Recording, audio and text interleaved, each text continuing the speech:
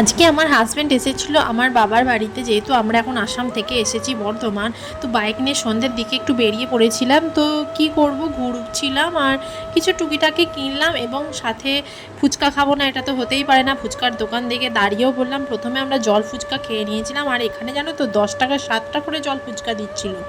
আর আমি আর আমার হাজব্যান্ড মিলে 10 টাকার 7টা করে না খেয়ে 20 টাকার খেয়েছি। আর এখানে দেখো বাড়ির জন্য পার্সেল করে নিচ্ছি, মানে আমার বাবা মার বৌদি বাড়িতে ছিল তাদের জন্য নিয়ে নিচ্ছি দই ফুচকা।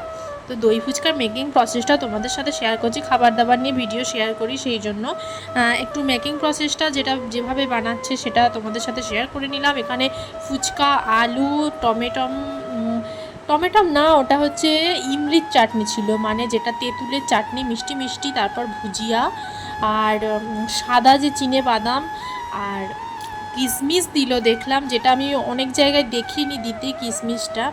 আর দইটা যথেষ্ট ভরভরকে দিয়েছিল, মানে প্রচণ্ড ভরে ভরে দিয়েছিল, যেই দইটাও আমি এতটা দিতে দেখিনি। আর এটা আমাদের 5টার দাম 30 টাকা নিয়েছিল, মানে এক প্লেটে 5টা থাকবে, 30 টাকা নিয়েছিল। এখানে মোটামুটি দামটা আমার ঠিকঠাকই লাগলো, অনেক জায়গায় বেশি নেয়, অনেক জায়গায় কম নেয়, সেরকমই এখানে এরকম দামটা নিয়েছিল।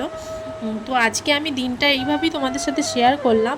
আর যেহেতু খাবার দাবার শেয়ার করি তাই মেকিং প্রসেসটাও শেয়ার করছি। দই যখন দিচ্ছিল দেখো কতটা পরিমাণে দই দিয়েছে, আমি দইয়ের ভিডিওটাও তুলে রেখেছিলাম। আর এটা মিষ্টি দই ছিল, টক দই ছিল না। আর এখানে দই দিতে দিতে আমি একটু আমার হাজব্যান্ডকে দেখিয়ে দিচ্ছি, আমার কিউট কিউট হাজব্যান্ড। দেখো ও শু পরে গিয়েছিল, ছেলেরা তো একটু জানোই জিন্সের সাথে শুটা পরতেই পছন্দ করে। আর দেখো দই দেওয়ার পর বাদাম কিশমিশ দেওয়ার পর একটা মশলা, বিট নুন, অনেক কিছুই দিল।